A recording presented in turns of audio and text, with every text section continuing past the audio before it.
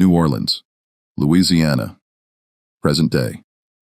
Not the postcard city. Not the brass bands. Not the ghost tours sold in neon. I'm talking about the back rooms.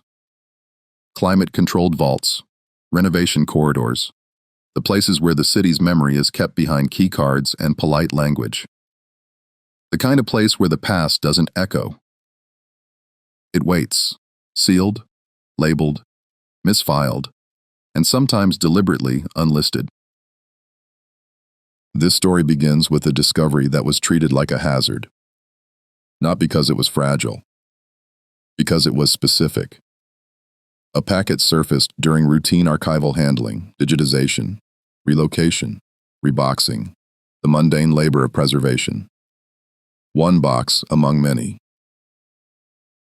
A slim bundle wrapped like any other administrative file, tagged with the kind of harmless words institutions love. Regulations, police, discipline. The type of label that tells you, before you even open it, that nothing human is supposed to be inside. But the moment the twine loosened, the air in that room changed. It wasn't superstition. It was recognition. The kind you see when trained hands meet a document that can't be mistaken. An official instrument, a colonial legal text, with a date that drags an entire century into the present. March 1724. Louisiana. A royal edict. The local version of a doctrine with a familiar name, Code Noir. If you've never held that kind of paper in your mind, understand what it means. It's not a diary. It's not a witness. It is authority made legible. It is permission written as procedure. It is a voice that does not ask. It orders. And the reason the room changed is because everyone who works around archives learns a rule early. Documents don't just record violence, they can also operationalize it. Some papers don't describe what happened. They instruct what must happen next. That's why the response was immediate. Work stopped. The handling shifted from routine to controlled. The instructions were not shouted, because people who enforce silence rarely raise their voices. It was quiet. A decision, a chain of custody, a tightening circle. No photographs. No personal notes. No interesting find messages. If there were conversations, they happened off record, in the language of liability and sensitivity, the modern dialect of concealment. The bundle was moved, logged in a way that looked complete but felt empty. And within hours, the discovery was effectively reburied, not in soil, but in classification. You might be thinking, that's melodrama. Archives don't panic. Institutions don't fear paper. They do. Not because paper has teeth, but because paper can prove who made the choice. The past is dangerous only when it becomes accountable. And this document, this Code Noir of 1724, doesn't whisper. It testifies in the voice of a state that knew exactly what it was constructing. A system where black people were not merely exploited, but defined, categorized, disciplined, and erased through legal grammar. It reads like governance. That's the trick. It is horror expressed as administration. Here is what I'm going to do in this record. I'm not going to ask whether it was normal for the time. That phrase is a solvent. It dissolves responsibility. I'm going to show you what the receipts say, what was ordered, what was permitted, what was designed to vanish. And I'm going to insist on something that polite history tries to avoid. When a society writes a law about human beings as if they are inventory, it is not reflecting its era. It is manufacturing moral permission. It is creating a mechanism that future people will inherit, repeat, and defend. First, you need to understand the official story, the one that gets taught, summarized, softened, and placed at a safe distance. The official story goes like this. The Code Noir was a French colonial slave code. It was harsh, yes, but it imposed rules. It regulated slavery. It defined obligations. Sometimes you'll even hear the insinuation that it provided protections, that it restrained worst abuses by establishing a framework. It's presented like an ugly but orderly artifact of state building, like a flawed constitution, like an early attempt at administration. But that is not what the receipts show. Because the Code Noir is not a neutral framework dropped onto an existing reality. It is a weaponized text. It turns a category of people into a managed condition. It fuses church power with state power and then calls it discipline. It does not simply permit slavery. It standardizes the conversion of black humanity into a legal status, something to be controlled, punished, inherited, traded, and, when convenient, unseen. If you want the missing story in one sentence, it is this. Omissions were not accidents. They were repeatable decisions. And silence was not a failure of record-keeping. It was policy. This is where we have to talk about the two archives, because the entire trick of colonial violence depends on controlling what counts as evidence. Archive 1 is the official archive. Royal edicts, company correspondence, council minutes, parish mandates, baptism registers that rename, purchase ledgers that quantify. This archive is immaculate in tone. It speaks in verbs like order, forbid, require, punish, instruct. It is the archive of the powerful, and it is designed to be citable. Archive 2 is the human archive. Oral histories passed in families, fragments in margins, inconsistent spellings that hint at the same person appearing and disappearing across documents. The absence itself, missing pages, blank spaces, unexplained substitutions. This archive is not neat because it was never meant to survive. It survives anyway, like a bruise that refuses makeup. And the Code Noir sits at the junction of those two archives like a lock. It tells you what the official archive will admit, and what it will avoid. It tells you how names get erased. Not by burning every record, but by recording people in ways that are inherently disposable. First names only. Categories. Quality. State.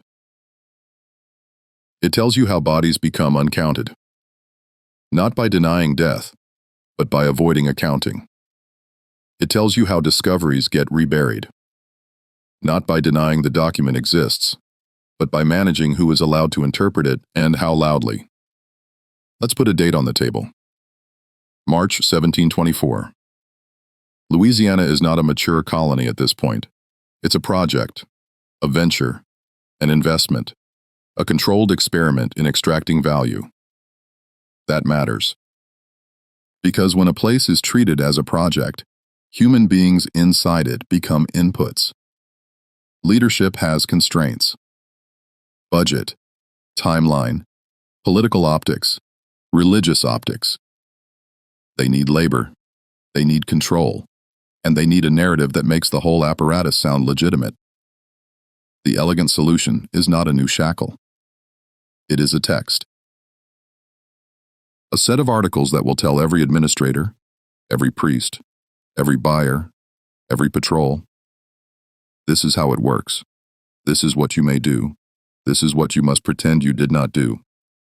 When you read the preface language of such documents, you can almost see the choreography. Directors represent needs. Officials respond with law, and law arrives dressed as order. The horror is not hidden. It's sanitized. And yes, religion is part of the mechanism, not as spiritual refuge, but as administrative force. The Code Noir mandates a religious monopoly. It requires that enslaved people be brought into the Catholic framework.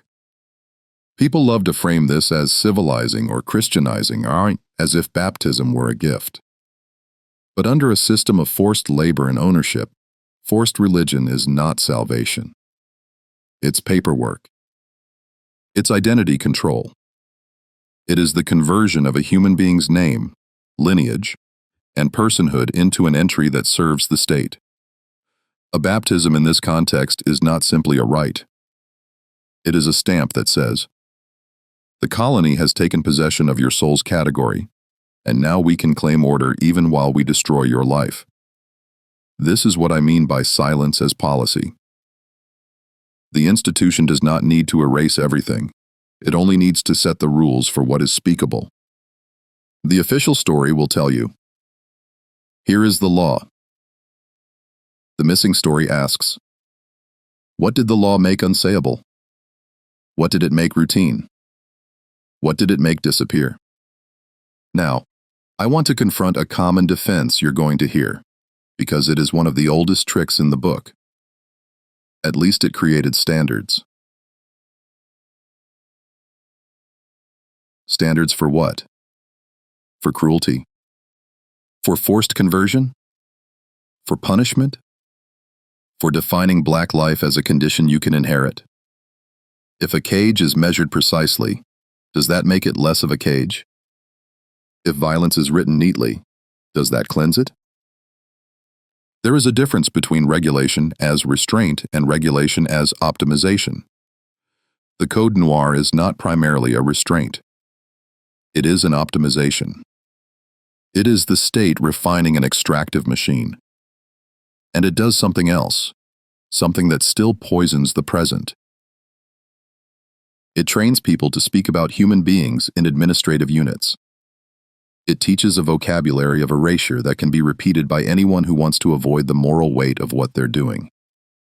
You see it in the way the law talks about discipline. You see it in the way it frames black people as a state or quality rather than as individuals. You see it in how it merges church authority and state authority so that refusal becomes both a sin and a crime. It's a system where disobedience is not merely punished. It is defined as disorder against the entire colony. So when that packet surfaced in the present, and the response was, "No photographs, no notes," do you understand what was being repeated? The same reflex, the same procedure, the same choice. That's the continuity this documentary is about. It is not only about what French officials wrote in 1724. It is about how institutions learn to protect themselves by managing the record. Reburying does not always require dirt. Sometimes it only requires a policy memo and a locked cabinet. Here is the promise I'm making at the beginning of this record. We are going to separate what can be proved from what is inferred. But we will not allow the convenient unknowns to become innocents, because the unknowns are not naturally occurring. They are manufactured.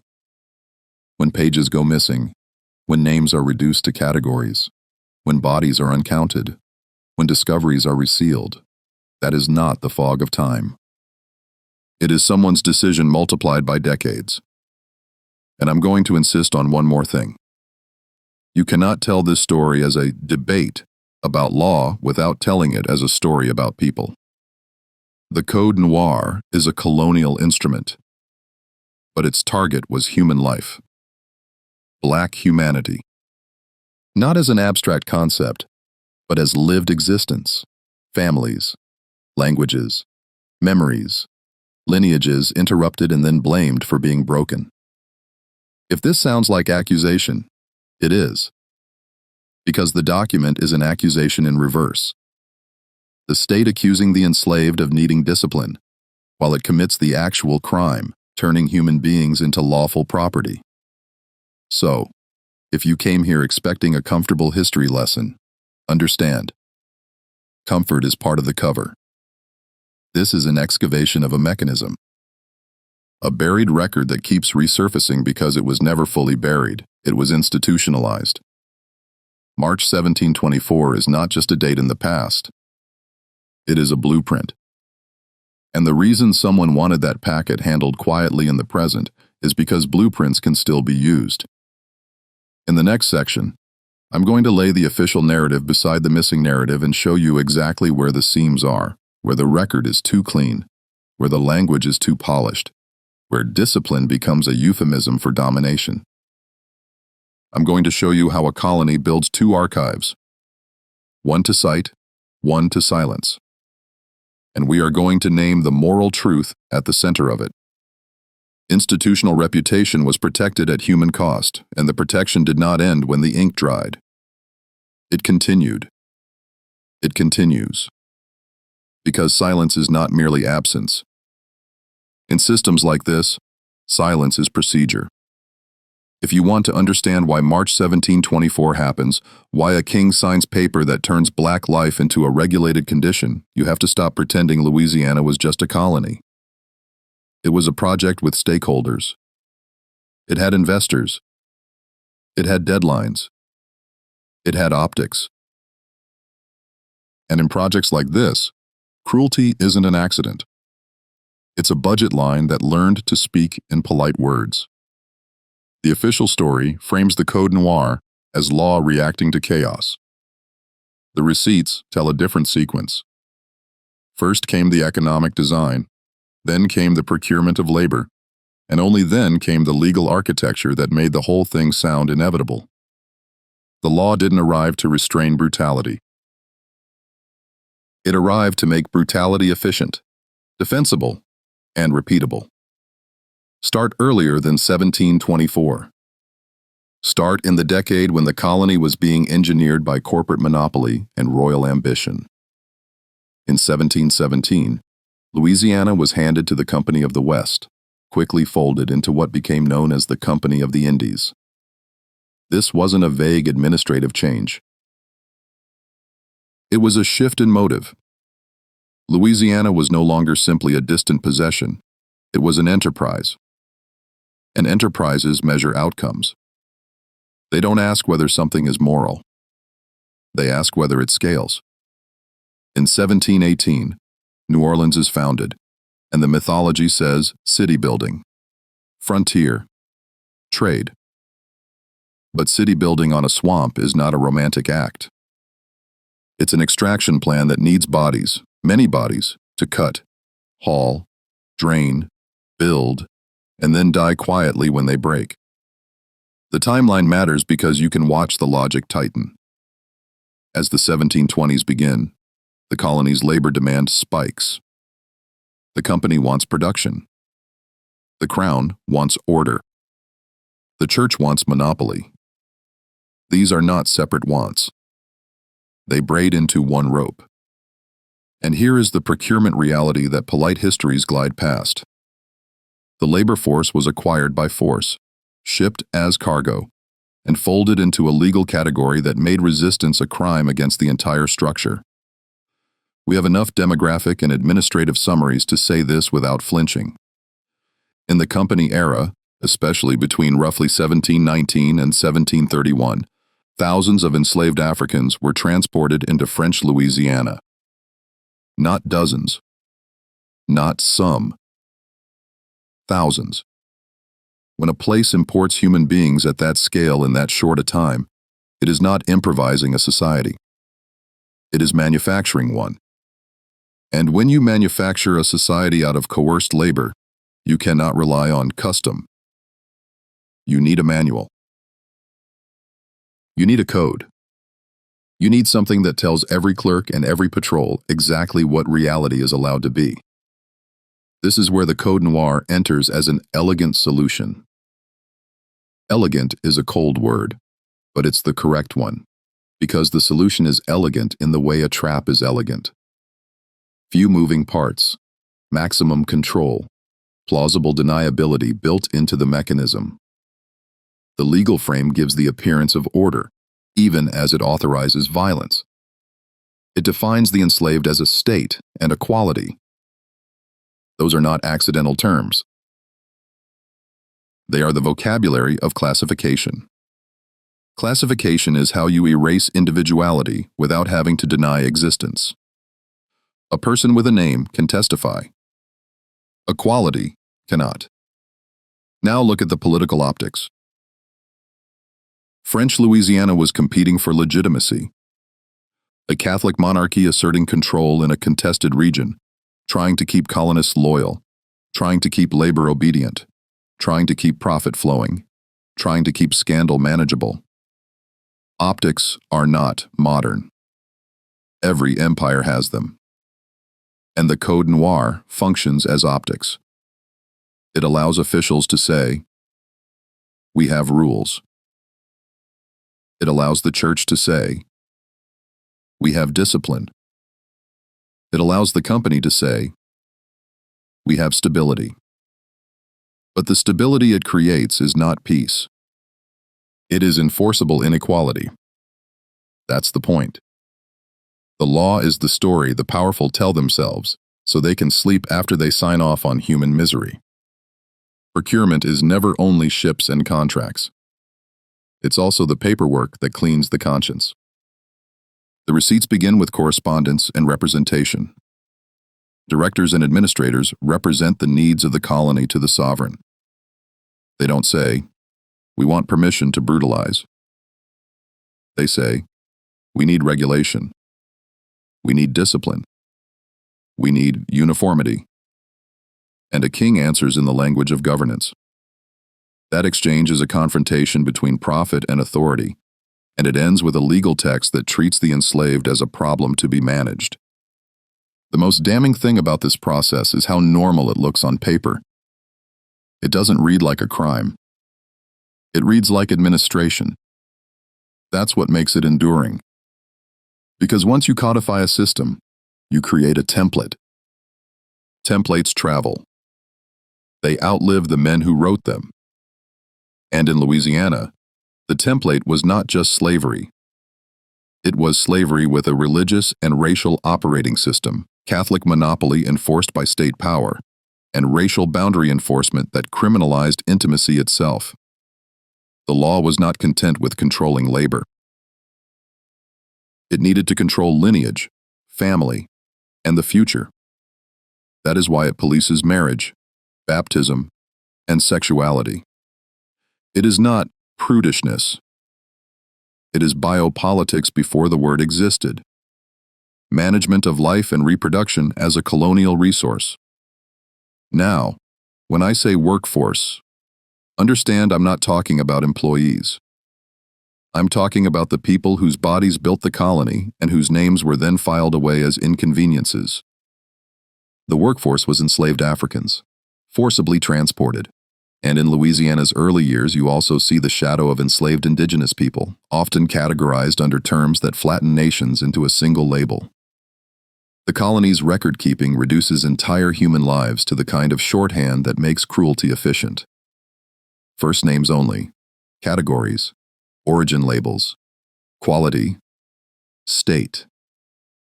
This is not clerical laziness.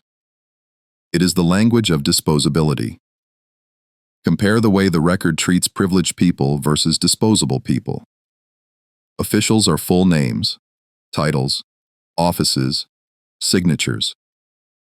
They exist in the archive as complete beings. Director, commissary, governor, priest, commandant. They leave trails. They argue. They complain. They request funding. They negotiate. Their lives are legible. The enslaved, by contrast, are recorded to prevent legibility. Their identities are compressed. Their families are treated as complications. Their suffering is either invisible or rephrased into a term that sounds procedural. You can see the structure of erasure right there. The more vulnerable a person is, the less individually they appear in the official archive. Not because they were absent from reality, but because their presence was inconvenient to the system's moral narrative. And this is where the horror becomes intimate. The Code Noir does not only regulate what enslaved people must do, it regulates what they are allowed to be.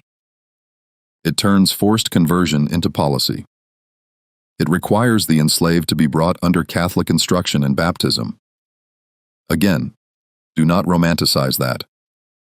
In an enslaving system, a mandated baptism is not an act of spiritual care.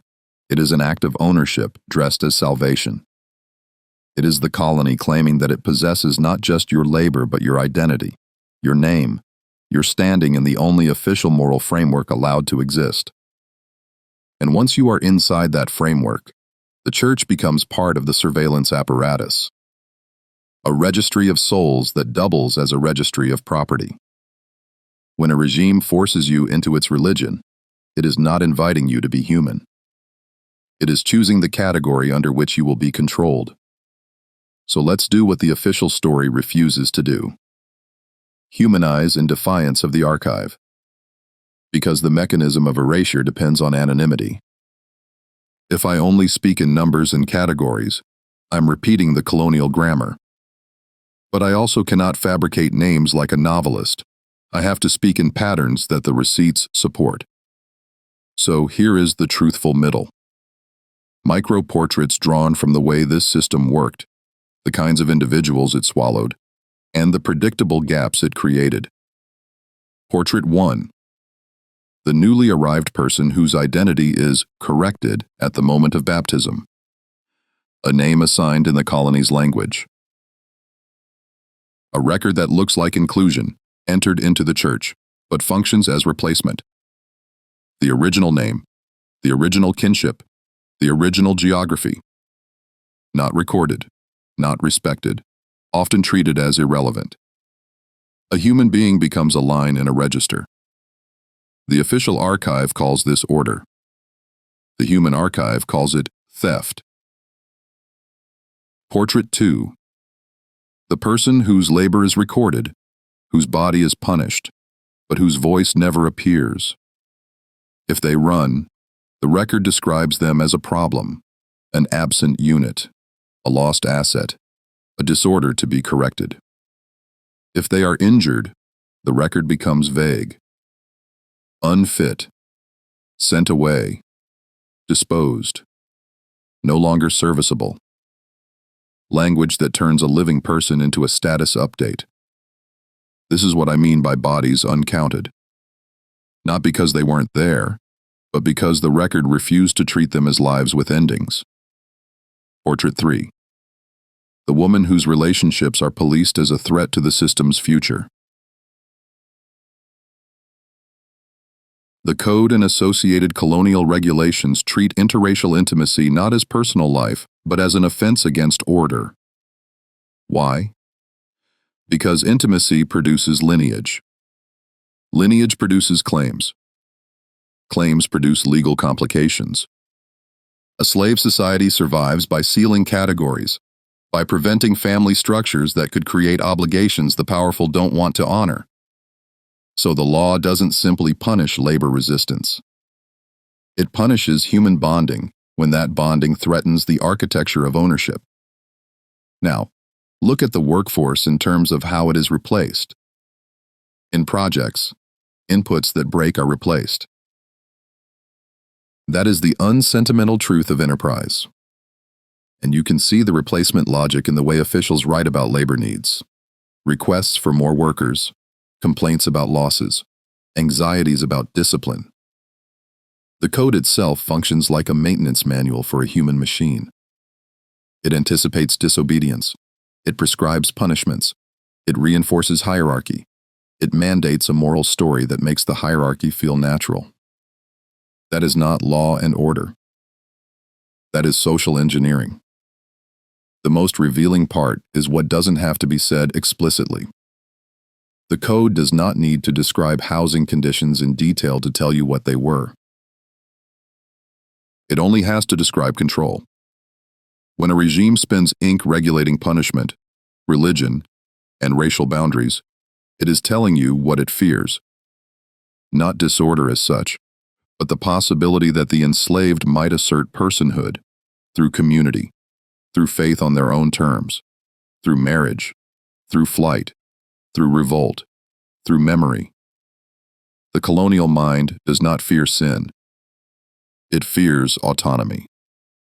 And every clause about discipline is a confession of that fear. This is the language of erasure, and it will repeat throughout the record. First names only. Categories instead of identities. Quality instead of person. Administrative verbs instead of moral verbs. The workforce is made legible only as labor and invisible as life. Meanwhile, the officials become immortal in paper.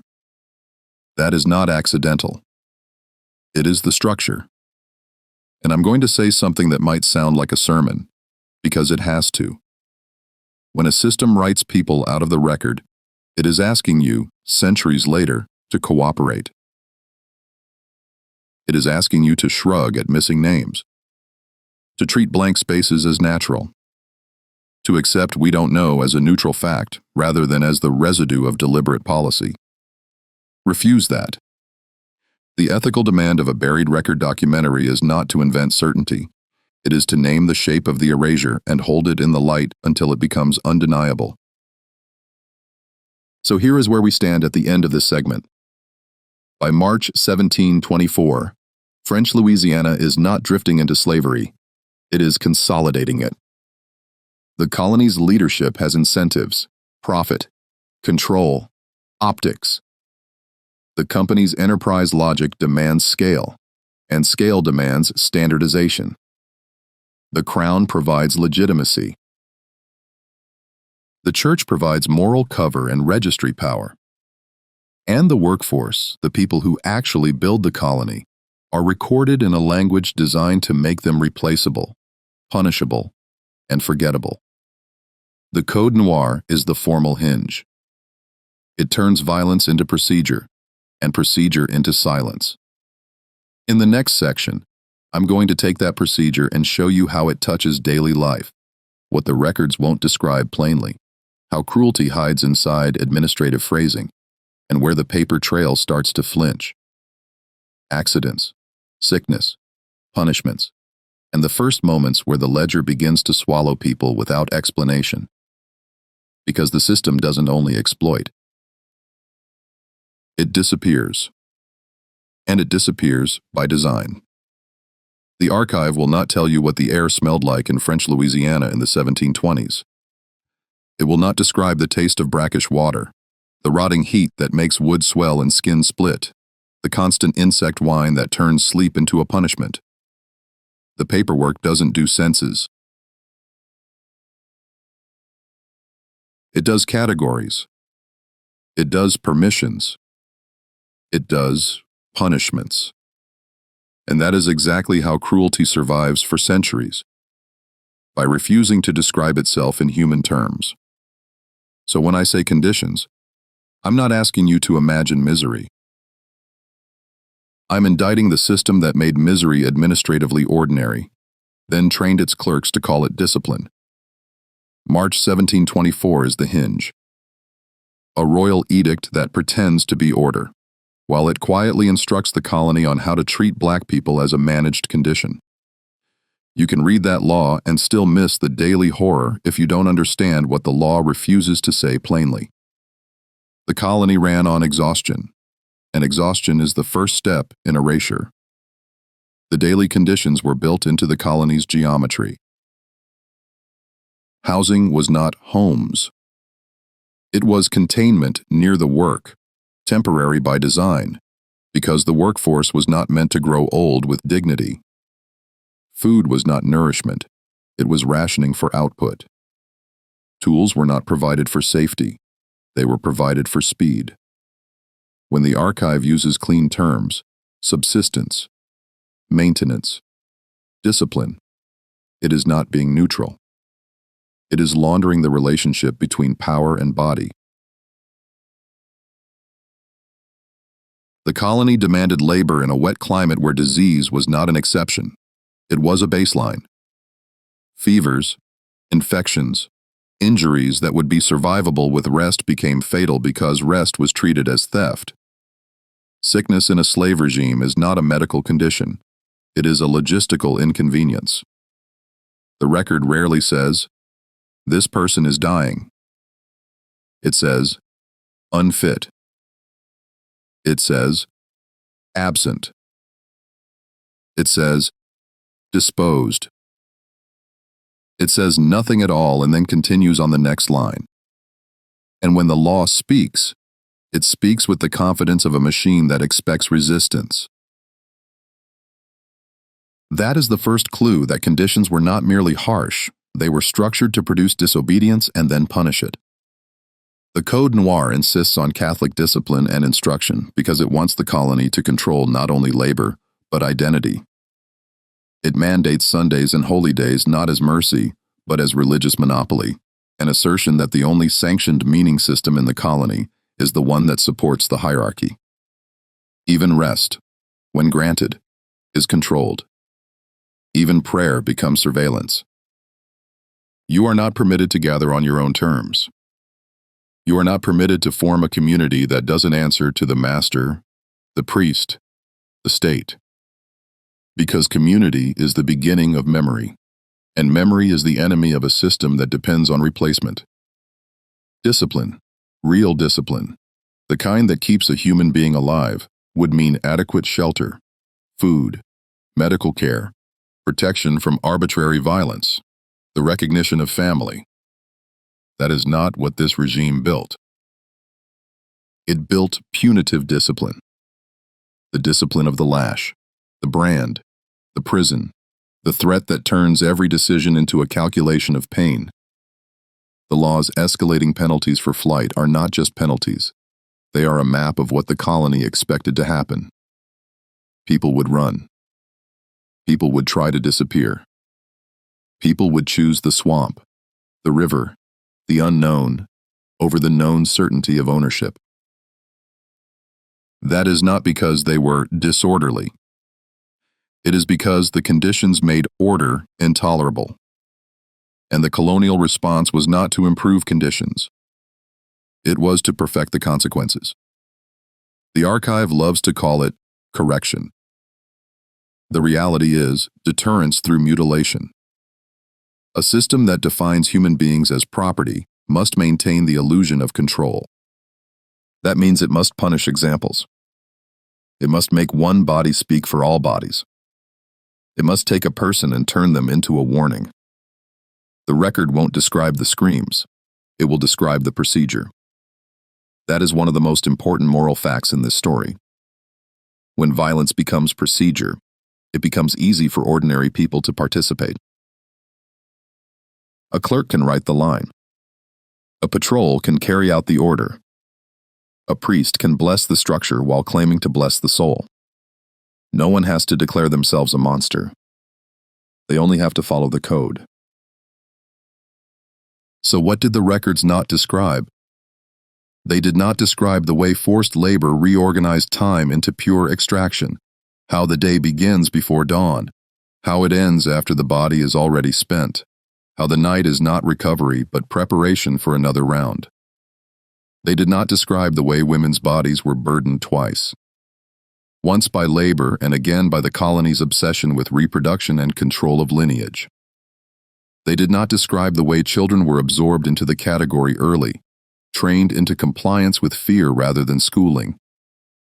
They did not describe the casual terror of arbitrary punishment, the knowledge that any complaint can be rewritten as insolence, any delay rewritten as sabotage. Administrative language is a weapon because it turns the victim's reality into the system's vocabulary. If the system calls your resistance crime, then punishing you becomes justice. That is how a colony sleeps at night. And then there are the outsider voices, the ones the archive sometimes allows because they come with authority. Inspectors, supervisors, chaplains, visiting officials. They rarely write, "This is evil." They write, "This is inefficient." They note illness because it reduces output. They mention excess because it creates conflict among colonists. When a system relies on horror, it does not need everyone to deny the horror. It only needs them to interpret it as a management problem. That is the administrative mind at work. Cruelty translated into logistics. Here is the first major incident, and I need you to understand why I'm framing it this way. The archive often refuses to give you a single dramatic catastrophe with a clean date and a headline. It gives you something more chilling. A cluster of small crises that accumulate until the colony normalizes emergency as routine. A sickness wave that moves through quarters. A collapse at a work site. A contamination in water storage. A fire in cramped housing. A flood that destroys supplies. You do not get a full narrative because full narratives invite blame. You get fragments because fragments can be dismissed as unfortunate.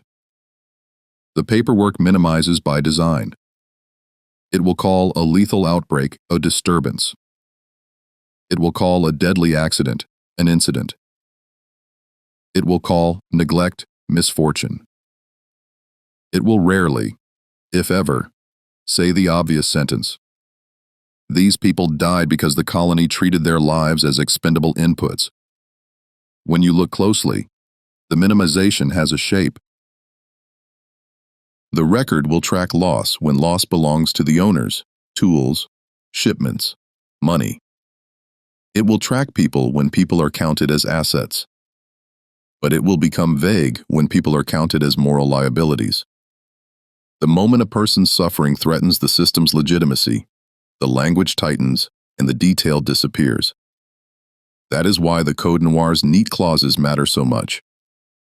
It establishes the rhetorical frame that allows the colony to be brutal while sounding righteous.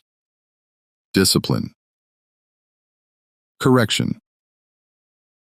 Police. Religion. Clean words for dirty work. And now we get to the part the official story does not want you to notice. The point at which suffering becomes disappearance. Conditions don't just harm people. They make people vanish from the record. Not always through death in the open. Sometimes through bureaucratic transformation. Through substitutions in a ledger. Through crossed-out names. Through a person becoming an absence that never resolves. This is where the horror turns forensic.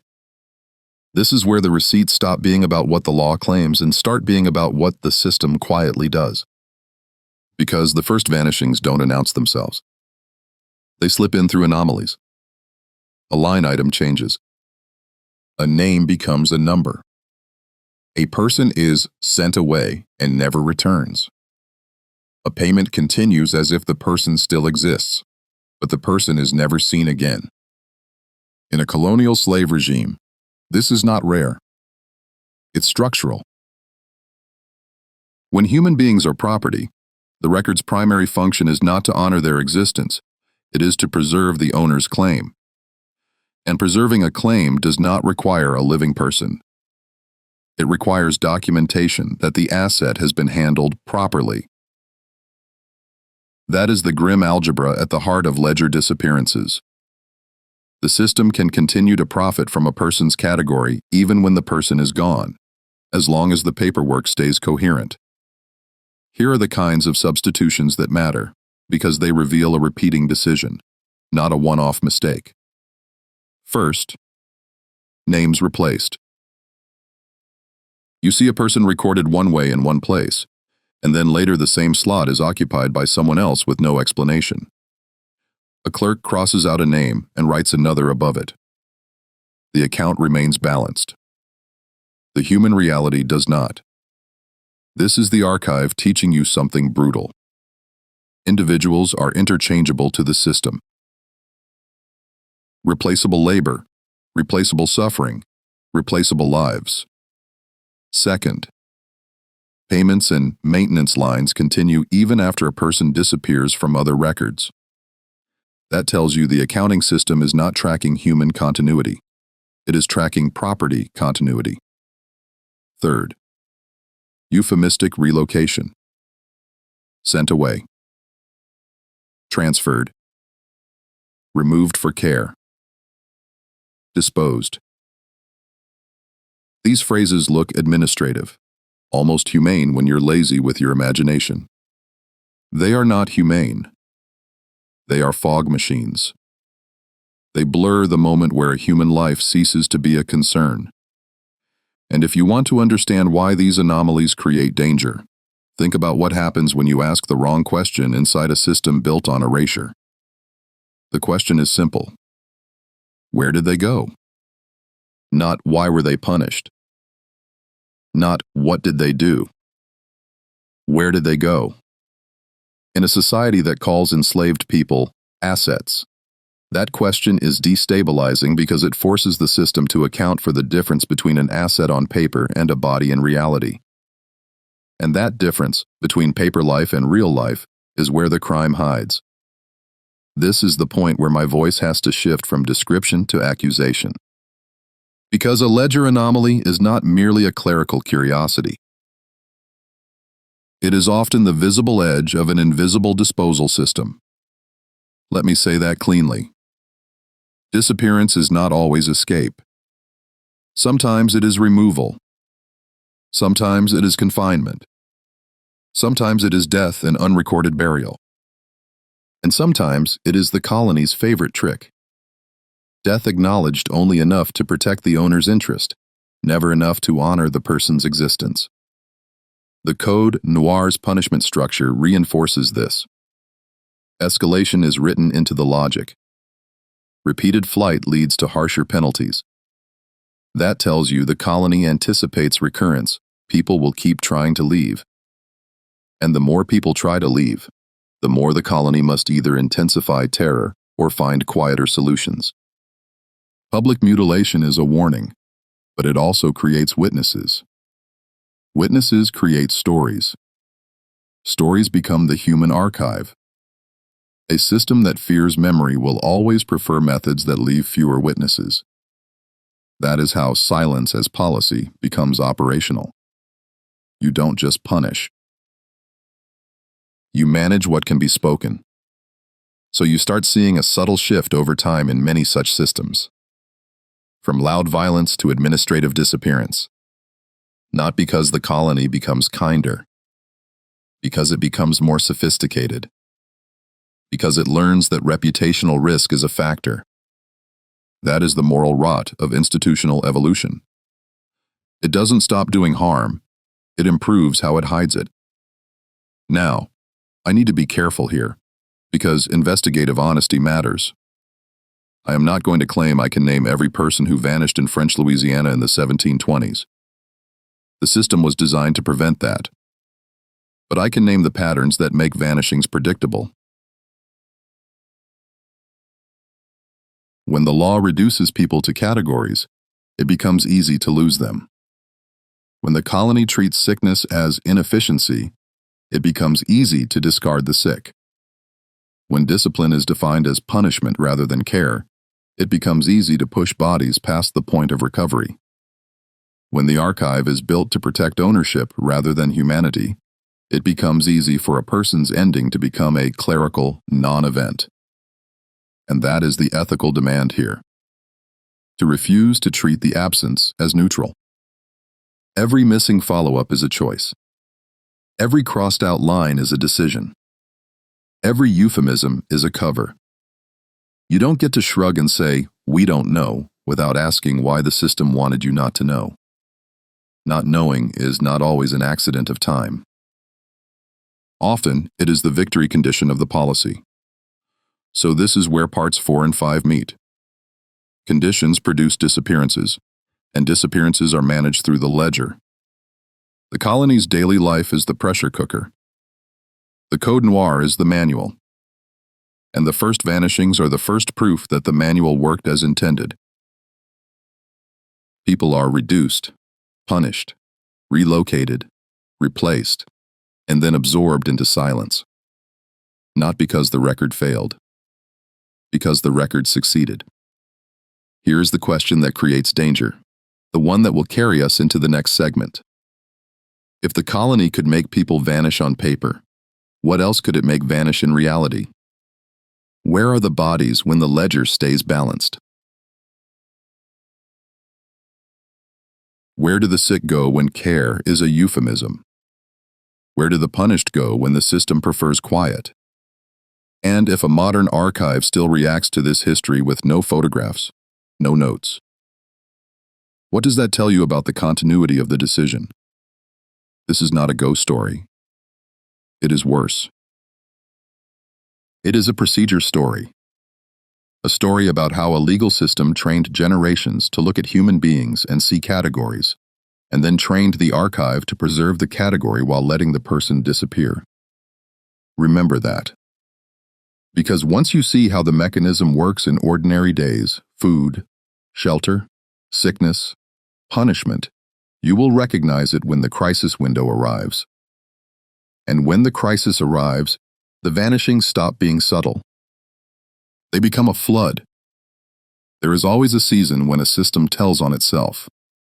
Not because it confesses, but because pressure distorts the language.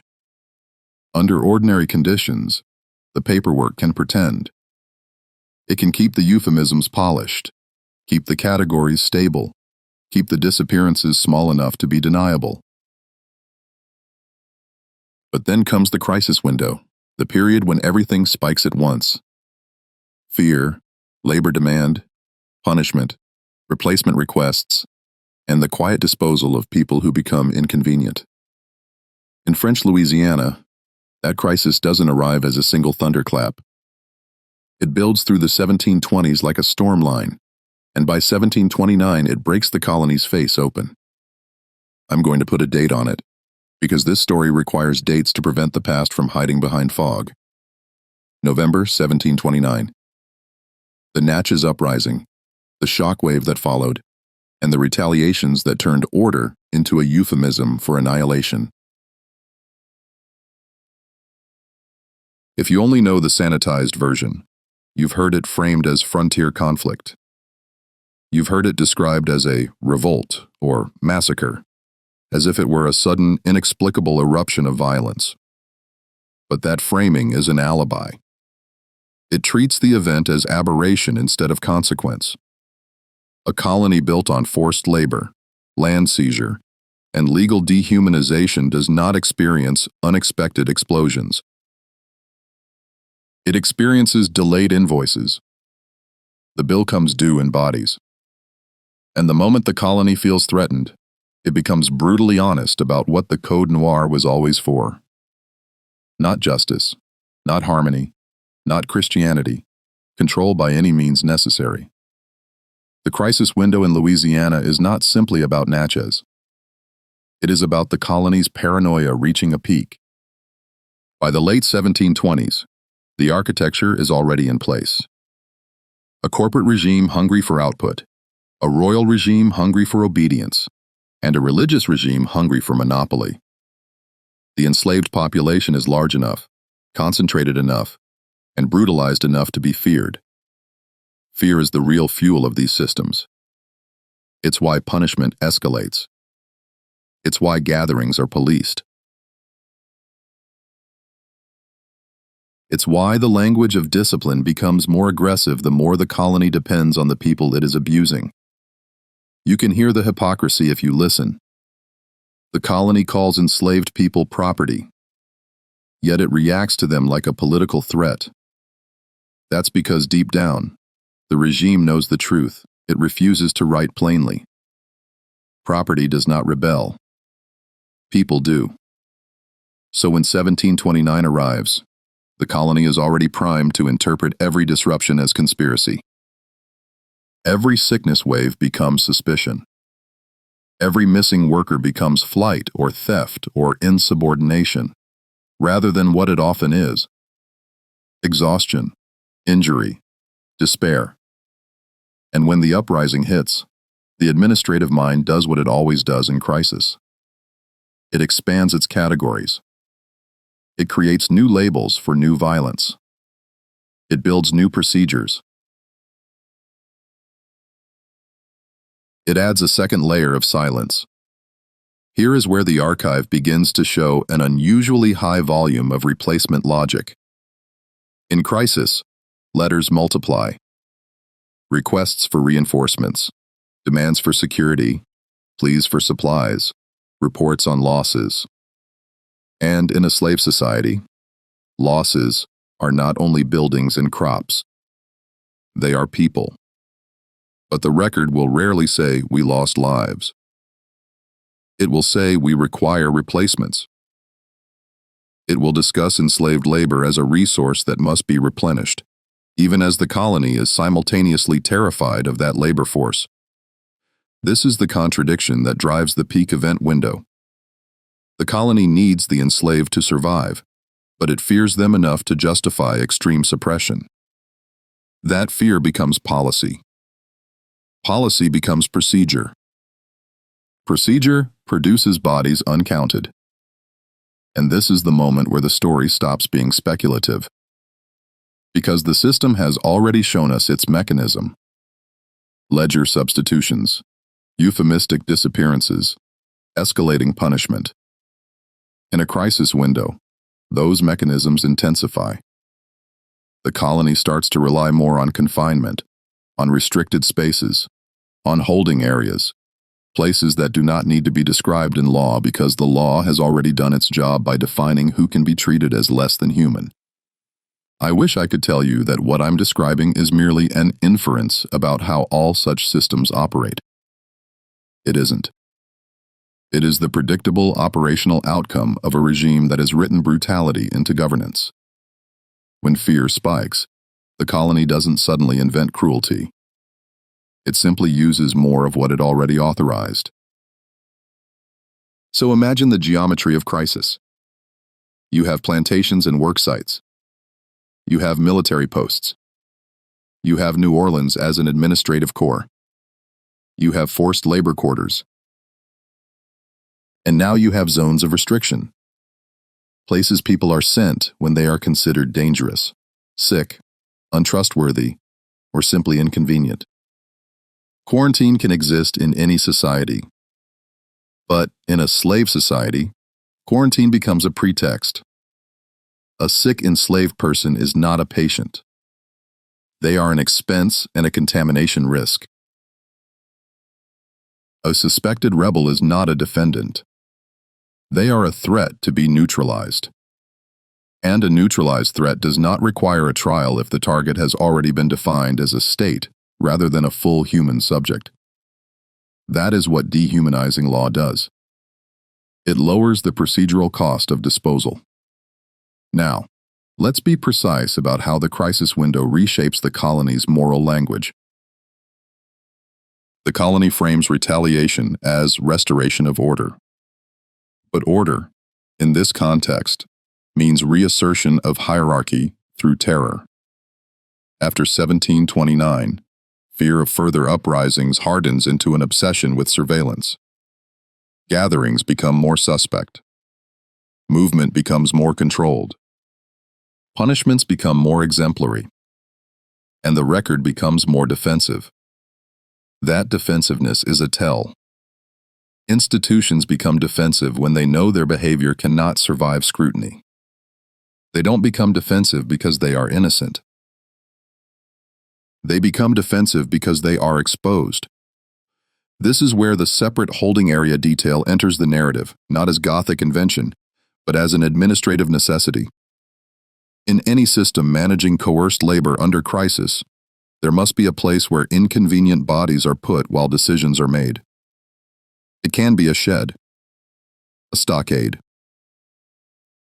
a basement room in an administrative building, a fenced yard at the edge of a post, a quarantine zone by the river. The exact architecture can vary. The function is consistent. Remove visibility, reduce witness count, maintain control. And because these spaces are functional rather than ceremonial, they often leave fewer records. That is not an absence of evidence. It is evidence of design. The more illegal or morally indefensible a procedure is, the less likely it is to be described in detail. That is why we rely on indirect indicators. Sudden gaps, replacement spikes, notes about transport, detention, sent away, and the ongoing fact that the colony continues to operate as if people are replaceable units rather than irreplaceable lives. Now, listen carefully. I am not asking you to accept a haunted basement story for entertainment. I am telling you the colony required invisible spaces because its visible spaces could not contain the contradiction it created. A society that enslaves human beings must constantly manage the risk of recognition. Recognition is dangerous. Recognition produces empathy. Empathy produces rebellion. So the colony isolates, physically and rhetorically. It uses distance, fences, and paperwork to keep the powerful from having to see the cost of their profit. And this is where the confrontation letters begin. Because in crisis, the people with leverage start demanding answers, not out of compassion, but out of ownership. Owners, contractors, administrators, insurers, financiers, anyone whose money depends on the system's stability, begins to notice when assets disappear without documentation that protects the claim. This is the ugly truth. In many slave regimes, the only time the powerful insist on accountability is when their property interests are threatened. And that insistence creates the rare moments when the institution's mask slips, when it admits something, briefly, vaguely, defensively, because it must. The confrontation letters take a recognizable form. Return them.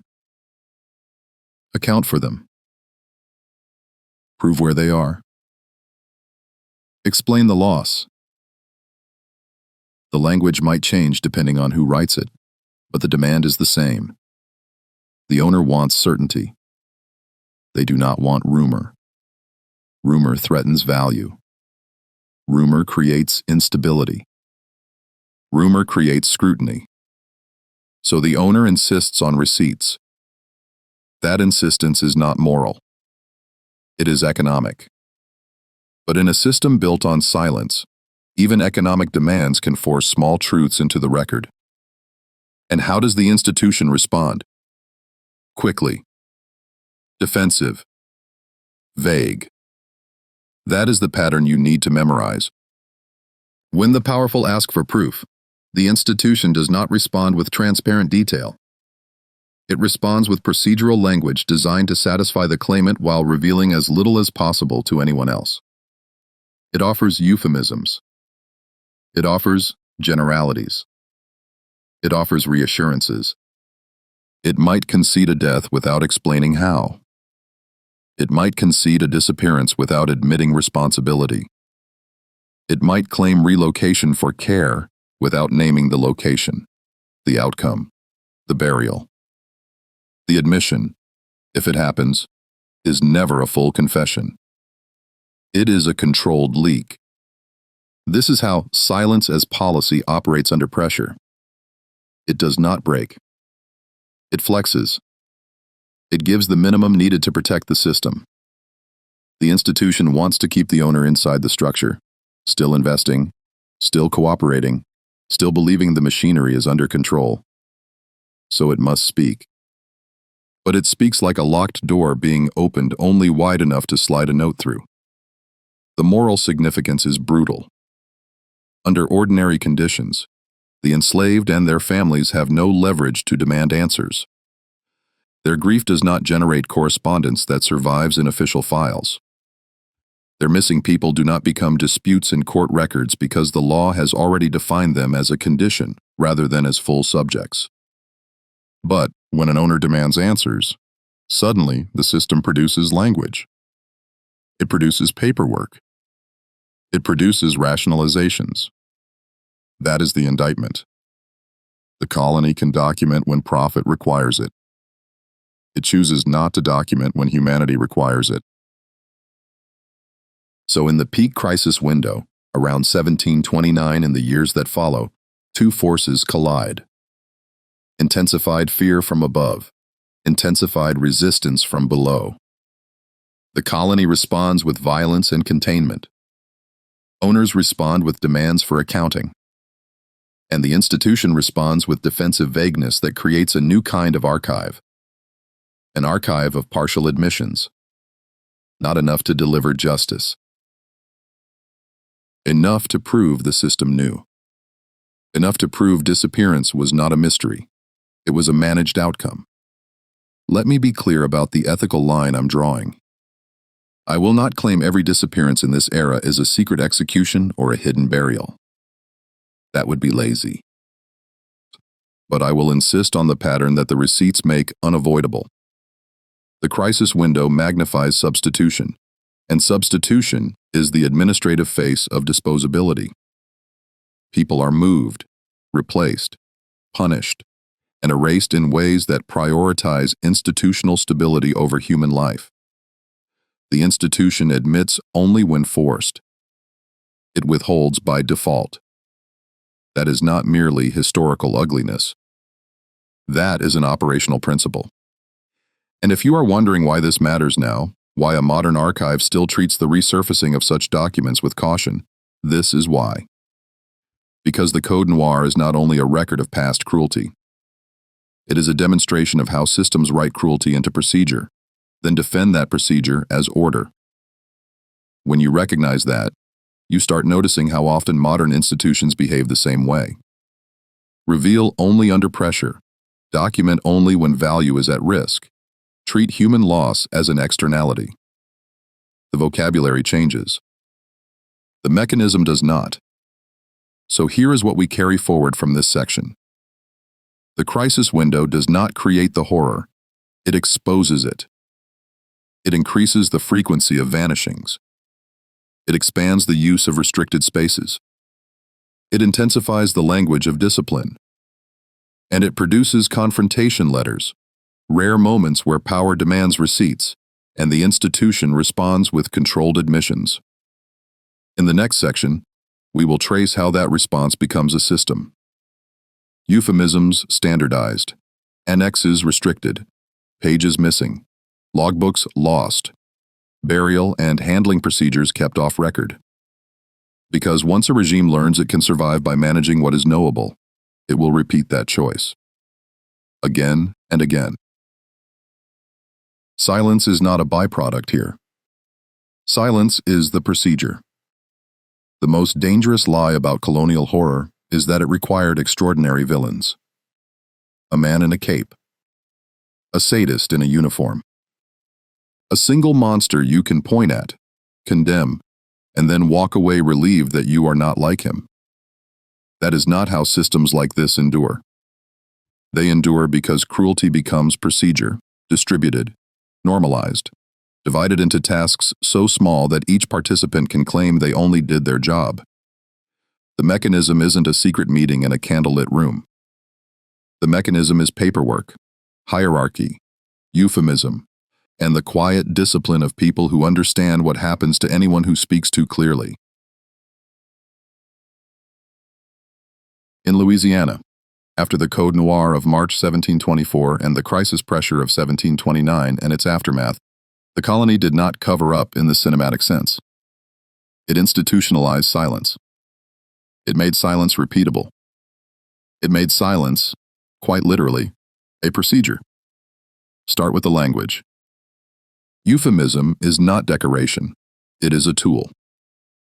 Discipline is the colony's favorite word because it sounds moral and orderly.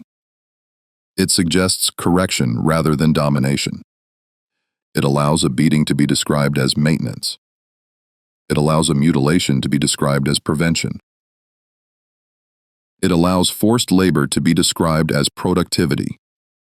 When officials use words like police, regulation, quality, state, they are not merely reflecting the bureaucracy of their time.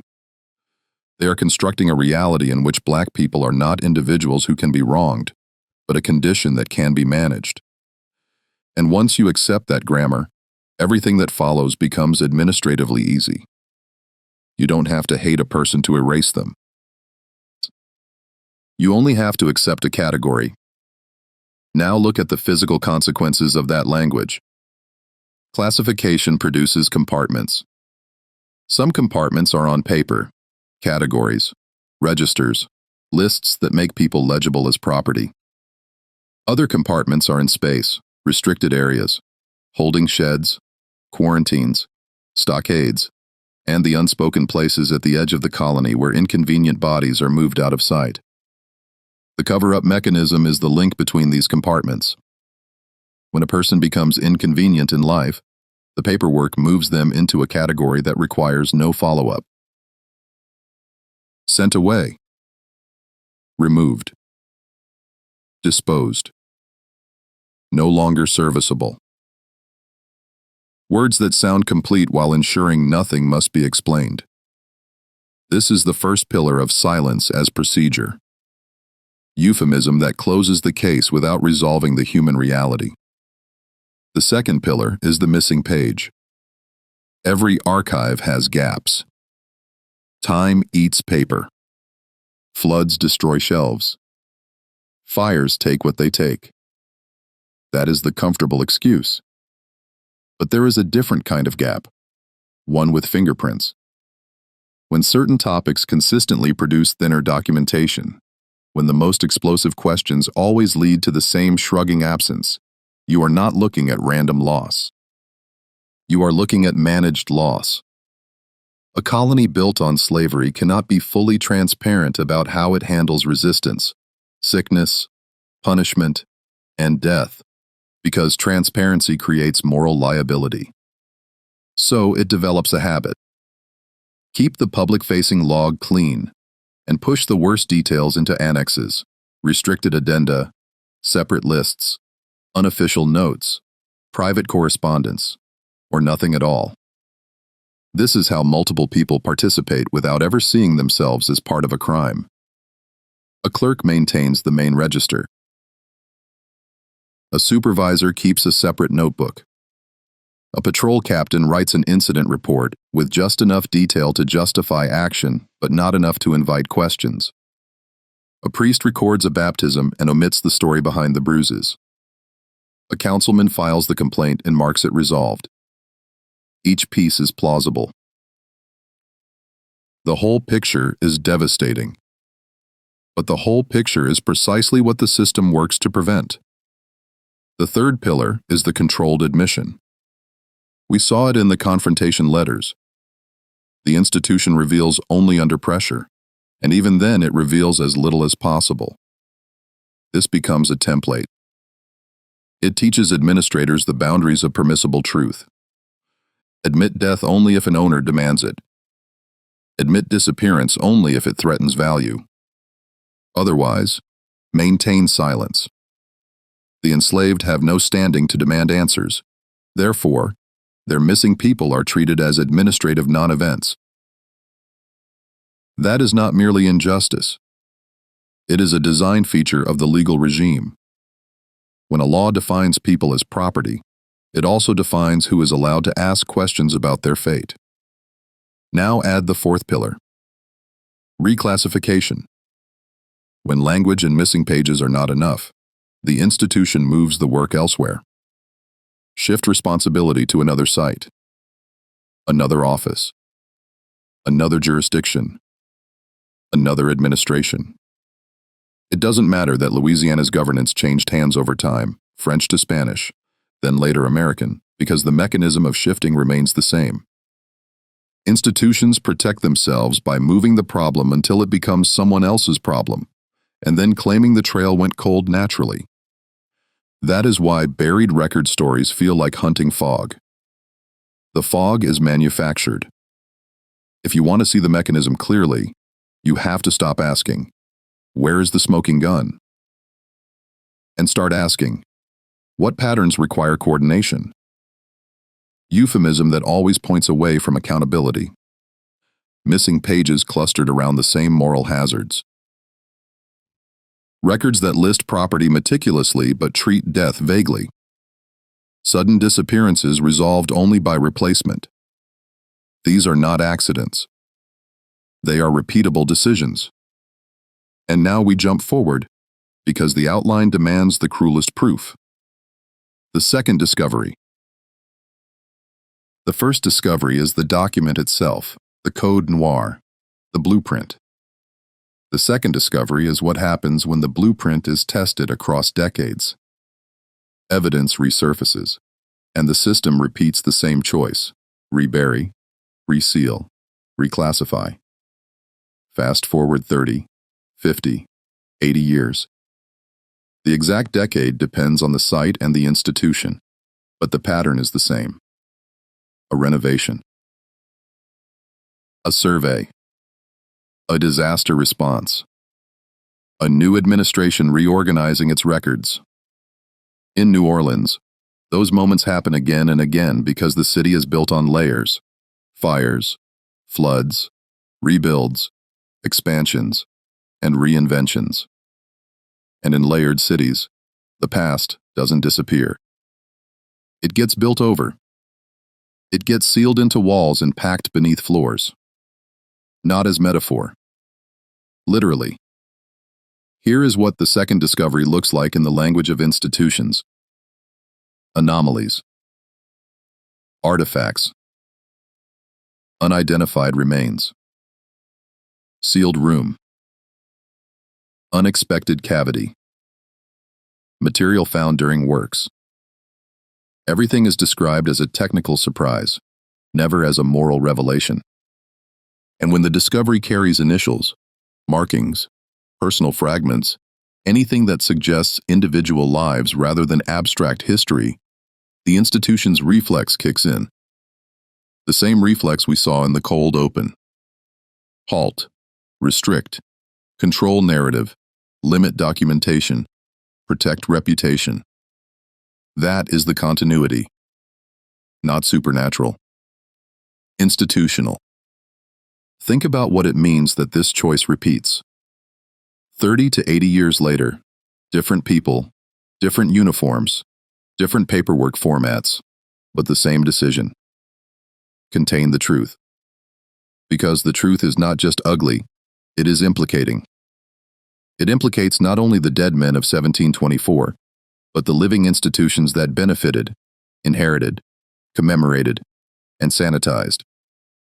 It implicates the idea of Louisiana as romantic heritage. It implicates churches, companies, councils, and families. It implicates the narrative the city sells itself. That is why the second discovery is reburied. Not because people don't want to dwell on the past, because dwelling produces accountability, and accountability threatens power. Now, I want to be very disciplined here. I'm not going to invent a sensational scene where a modern crew finds a perfectly preserved pit of bones with a sign that says 1724. Real history isn't that convenient. What real history gives you is messier and worse. Partial remains disturbed by decades of construction, artifacts separated from bodies, initials on metal that could be personal or could be inventory, a sealed space with no official purpose, a report that describes findings and then disappears into filing. That messiness is exactly what the system relies on. It uses ambiguity as a shield. If evidence isn't cinematic, people call it uncertain. If it's uncertain, they call it unprovable. If it's unprovable, they call it safe to ignore. That is how reburial works in modern language. Not denial, but deferral. And in these second discovery moments, there is almost always one person who breaks ranks, not loudly, not heroically, but privately. A worker who pockets a photograph, an archivist who copies a page, a junior engineer who writes down coordinates, a clerk who saves an email thread, a person who understands, instinctively, that silence is being enforced and that enforced silence is itself evidence. This person doesn't change the institution in the moment. The institution is too heavy. But they create a private archive, a small counter record, a box that sits in a closet for decades, a folder passed to a child, a note tucked into a book. That is how buried records survive. Not through official preservation, but through individual moral refusal. So the second discovery is not just about physical evidence. It's about the repetition of choice. The institution chooses to reseal, to rebury, to classify. And someone chooses, quietly, to remember. Let's examine how that choice is justified, because justification is where the modern horror becomes obvious. The institution will say, "We cannot disturb the site. It is sensitive. We must protect the dignity of remains. We must avoid panic. We must follow procedure." Notice how clean those phrases sound. Notice how morally flattering they can be. But here is the prosecutorial question. Where was this moral concern when the first burial happened? Where was dignity when people were treated as categories? Where was caution when punishment was escalated by law? The institution's sudden sensitivity is not necessarily compassion. It can be risk management wearing a halo. The same mechanism. Moral language deployed to avoid accountability. This is why silence as policy matters. It isn't only about hiding crimes. It's about controlling the story of the crime so the institution can claim moral authority in the present. If it controls the narrative, it can present itself as responsible caretaker rather than inheritor of violence. It can rename reburial as respect. It can rename suppression as prudence. It can rename forgetting as peace. Now return to the archive, because the cover-up mechanism is incomplete without the paper side. The second discovery produces reports, technical summaries, internal memos, incident logs. And then those documents undergo the same sorting process as the colonial record. Public-facing versions get cleaned, internal versions get restricted, and the details that would allow independent scrutiny go missing. The receipts become fractured. A summary remains. The appendices vanish. A reference to photographs exists. The photographs are absent. A mention of remains appears.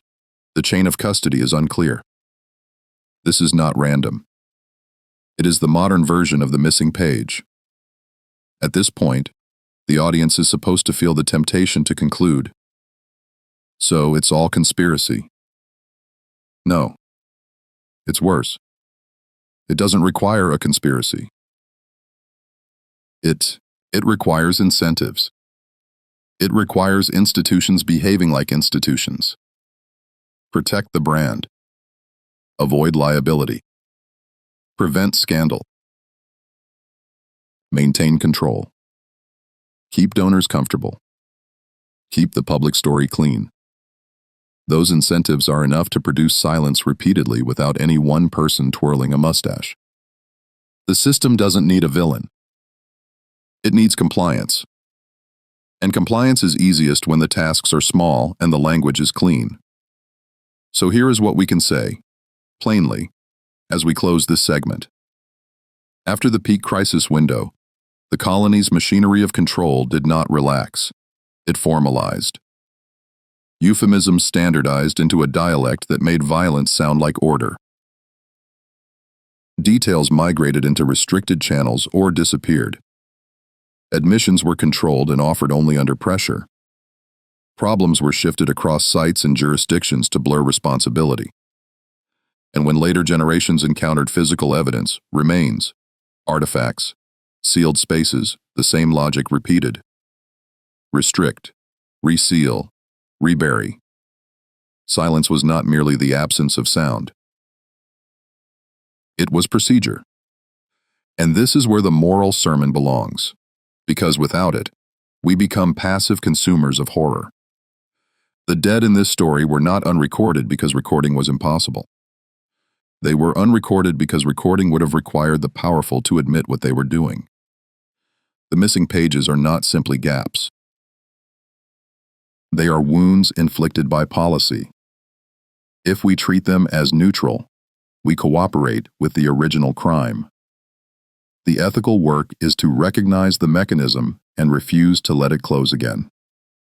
In the next section, We will follow the private archive, the person who kept the forbidden record, the boxes and diaries and deleted chapters that survive outside the institution's control. Because the only thing that consistently defeats silence as procedure is stubborn memory preserved by individuals who understand that history is not what happened. History is what the powerful allow to be remembered. Every institution that survives its own violence learns the same trick.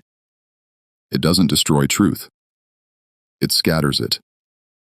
It turns a single, indicting narrative into fragments, diaries in private drawers, letters in family trunks, marginal notes that never make it into the official edition. That way, anyone who tries to reconstruct the whole is forced to sound like they're speculating. Not because the truth is weak, but because it has been deliberately disassembled. This is where the story moves from the colony's official archive to the private archive, the boxes, the notebooks, the deleted chapters that exist precisely because the official record refused to carry them. And this is also where the modern era enters, wearing a lab coat and speaking the language of restraint. We recommend against excavation. The phrase changes across centuries. The decision does not. The private archive begins, as these stories often do, with a researcher who is not supposed to exist. Someone who looks at March 1724 and refuses to treat it as an antique curiosity. Someone who understands that a law is not only a text, it is a machine, and machines leave patterns.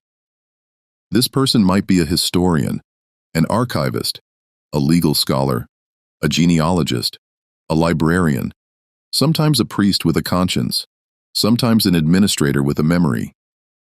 The identity varies. The behavior is consistent. They start collecting what the institution won't present as a whole. They gather copies of the Code Noir's Louisiana version. They compare versions. 1685 in the Caribbean context versus 1724 in Louisiana's context. They track revisions and additions in later compilations.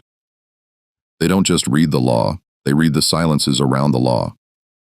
They follow the trail into parish registers where names appear once and never again. They find council minutes that reference disorder without naming what that disorder cost. They note where annexes should exist but do not. They begin to build a map of omission. And then, because this is not a fairy tale, the pushback arrives. It arrives politely at first, because institutions prefer velvet when it works. A funding board suggests a narrower scope. An editor says the manuscript is too accusatory. A curator warns that some claims could be misunderstood. The language is soft, but the demand is hard. Remove that section. If you want publication, if you want access, if you want institutional support, you will treat the Code Noir as a historical artifact rather than as an indictment. You will frame it as law, not as weapon. You will discuss context, not consequence. You will keep your conclusions within the boundaries of what the official archive already concedes. And if you insist on the human archive, if you insist on naming erasure as policy, the institution will call you unprofessional, emotional, biased. This is the modern mask of the same mechanism. Delegitimize the witness. So the researcher makes a choice. Sometimes they resist and lose access. Sometimes they capitulate and keep access. The outline calls this the tragic hinge, and it is. Because capitulation doesn't mean the truth disappears. It means the truth goes underground. The researcher removes the sections that would endanger publication. They cut the pages that describe the cover-up mechanism too clearly. They omit the strongest patterns. They soften the language that connects legal text to bodily harm. They publish what is acceptable. And then, because they are not fully defeated, they save what is forbidden. This is how the private archive is born. Not as rebellion with a megaphone, but as survival with a box. The researcher keeps drafts. They keep photocopies. They keep correspondence that shows the pressure applied. They keep the deleted chapters, the appendix of names reconstructed from fragments, the notes on ledger substitutions, the timeline of disappearances, the cross-references that prove repetition. Sometimes they mark the pages with coded language. Do not file. Private. Not for circulation. Not because the content is false, but because the content is dangerous to the institution that wants to remain unaccused. And notice what this does to the public. The public gets an official narrative that appears complete, published, footnoted, respectable, but it is missing the teeth. The strongest evidence exists, but scattered, unpublished, privatized. Truth becomes a rumor because it is denied official form. And once truth is reduced to rumor, the institution can dismiss it without refuting it. That is the genius of the suppression mechanism. You don't have to disprove what you can prevent from being widely legible. Now, this is where the buried record structure tightens. Because the private archive doesn't just contain content. It contains proof of suppression. A letter from an institution that says, in effect, remove that section or you will not be funded. A memo that warns about reputational risk. An editorial note that marks certain paragraphs as too inflammatory. These are not neutral editorial decisions. They are governance decisions about memory. They are the modern equivalent of missing pages. Controlled deletion. And if you're waiting for a triumphant moment where the researcher exposes everything and wins, no. That's not how these stories usually go. The researcher might die with the box still hidden. The papers might be passed to a student. The drafts might end up in an estate sale, mislabeled, overlooked. Or they might be donated to a small archive with restrictions attached, sealed for decades, accessible only to people with the right credentials, in the right room, under the right supervision. Again, reburying doesn't always require dirt. Sometimes it's a closed collection. Sometimes it's a special permission rule that functions as a lock. This is the private archive. Truth exists, but scattered. And the tragedy is not that the truth is unknowable. The tragedy is that the truth is knowable only in pieces, because powerful hands insisted it remain that way. That is what I mean when I say silence as policy. It is the policy of preventing coherent memory. Now we shift into the modern technical report. Because even when the narrative is scattered, the ground remembers. The earth keeps receipts too. In the modern era, institutions commission surveys and scans, radar, imaging, structural audits, engineering assessments. These are presented as neutral, scientific, objective, and they can be. But the way they are interpreted is never neutral, because interpretation is where power decides what becomes action. Here is what those reports tend to say, in the clean language of professional caution. Subsurface anomalies consistent with voids. Irregularities suggestive of disturbed soil. Features that may indicate buried materials. Inconclusive without intrusive investigation. And then the recommendation. Do not disturb. Do not excavate. Not now. Not without a long process. Not without approvals. Not without stakeholder engagement. Not without, effectively, permission from the same structures that have spent centuries managing what can be known. The phrase, "we recommend against excavation," sounds ethical. It can be framed as respect for potential remains, as avoidance of harm, as sensitivity. and sometimes those concerns are real. But here is the continuity that cannot be ignored. The recommendation also functions as a brake on accountability. It keeps the anomaly in the realm of suggestion rather than proof. It preserves ambiguity, and ambiguity is the institution's ally. As long as the finding remains consistent with, rather than confirmed as, the institution can postpone reckoning indefinitely. That postponement is not passive. It is a decision. It is the modern form of reburial. And the report itself becomes part of the cover-up mechanism if it is handled the same way colonial documents were handled. Summarized, stripped, restricted. A public-facing statement might say, "No action recommended." An internal appendix might contain the maps and coordinates that would allow independent scrutiny. The appendix remains confidential. The raw data is not released. The language of science becomes the language of containment, not by lying, by limiting what is shareable. This is why I keep returning to the moral demand. Separate what we can prove from what we can infer, but never let inference be dismissed as fantasy when the inference is forced by institutional choices.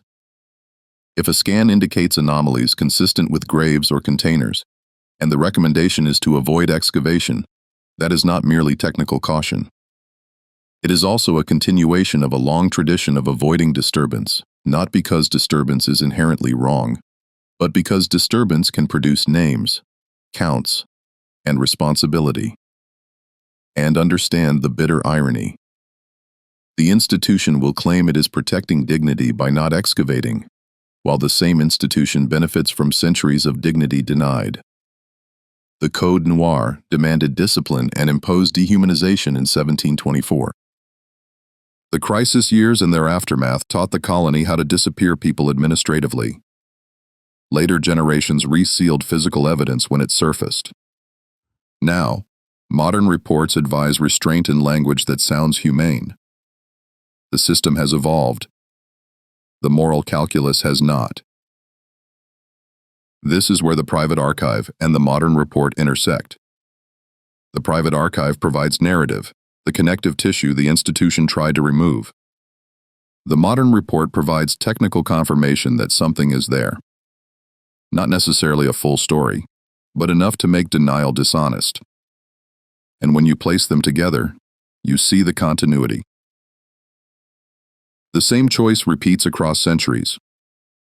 When evidence threatens the official story, it is managed rather than confronted.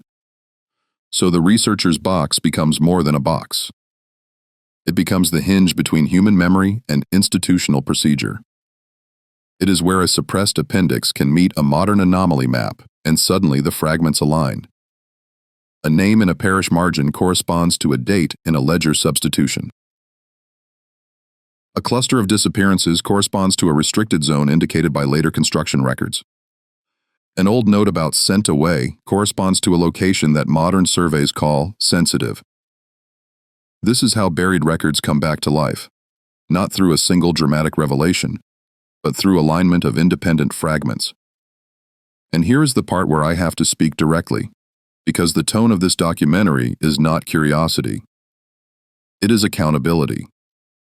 If you hear, "We recommend against excavation," and you feel relief that we can avoid discomfort, ask yourself whose comfort is being protected. If you hear restricted collection and you accept it as normal, ask yourself who benefits from restriction. If you hear missing pages and you shrug, ask yourself what kind of society shrugs at missing people. We are not obligated to invent what the archive refuses to record, but we are obligated to name the refusal for what it is. A pattern. A policy. A procedure. March 1724 is a date. The Code Noir is a text. But the deeper story is the system that learned to make violence legible and humanity illegible. The private archive exists because someone understood that. The modern technical report matters because it shows that even now, The institution prefers ambiguity to confirmation. And that preference is not neutral. It is inherited. As we move forward, remember what has been established. The truth exists, but scattered. The researchers' suppressed pages prove that suppression is part of the story. The modern scans prove that the ground contains what paper tried to hide. And the recommendation to avoid disturbance proves something else. The same decision that was made in 1724 to prioritize the system's stability over black humanity still echoes in procedure today, dressed in ethical language, enforced through access, and justified by caution. In the next section, we will do the only honest thing left. Separate what we can prove from what we can infer, name what remains unknown because of deliberate choices, and return to the beginning with the full weight of the mechanism exposed. Because buried records do not ask to be remembered politely. They demand to be accounted for. By this point, you might want a clean ending. A final document stamped confirmed. A list of names reconstructed perfectly. A mass grave opened and counted and mourned in public, so the story can resolve like a courtroom drama. Evidence presented, verdict delivered, evil contained in the past. That is not what systems like this allow. The most faithful resolution is not a neat answer. It is a disciplined separation between what can be proved, what can be inferred, and what has been made unknowable on purpose. That separation is not an academic exercise. It is an indictment of the choices that built the fog. Here is what we can prove, without exaggeration, without theatrical flourishes, using the architecture we have walked through. We can prove that in March 1724, in Louisiana, the French colonial state issued a slave code that did not treat black people as full human subjects under the law. It treated them as a regulated condition, an administratively managed state, a quality, something to be disciplined, categorized, and controlled. We can prove the code's purpose was not merely to describe slavery, it was to standardize it, to integrate it with religious monopoly, and to enforce social order through punishment. We can prove that the law's language is not neutral. It speaks in the vocabulary of governance precisely so brutality can pass as order. We can prove that the colony's leadership, corporate administrators, royal officials, ecclesiastical authority, needed a mechanism that would scale forced labor and control, and that law served as that mechanism. We can also prove the second pillar. The archive itself behaves like a system under moral stress. It preserves ownership well and preserves humanity poorly. It is rich in titles and signatures and thin where bodies would demand counting. It is consistent in its euphemisms. It is selective in its detail. That selectivity is not a one-time error. It repeats. In ordinary years, it reduces people to categories and first names, making individuality expendable. In crisis years, by 1729 and after, it expands its language of discipline and security, amplifies control, and becomes more defensive. We can prove that admissions occur under pressure. The institution will clarify only when power demands receipts, not when suffering demands recognition. That is a structural truth of slavery as a legal regime. The law does not only permit violence, it also defines who is allowed to question it.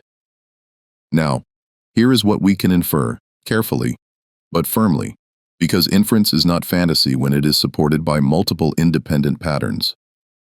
We can infer that the Code Noir functioned as moral laundering, a legal and religious frame that allowed those in power to call domination discipline and to treat the destruction of black autonomy as order. We can infer that the Code's escalating punishment regime was not theoretical. It was designed for a colony that expected flight, resistance, and refusal. The law anticipated disobedience because the conditions made obedience a form of slow death, We can infer that the colony required restricted spaces, holding areas, quarantines, off-record confinement zones, because a system that fears both rebellion and scrutiny must manage visibility as a form of control. We can infer that sent away and similar euphemisms are not benign bureaucratic phrases in a slave society. They are fog terms, designed to end a paper trail without resolving a human fate. We can infer that the spikes in disappearance and replacement logic during crisis windows are not random.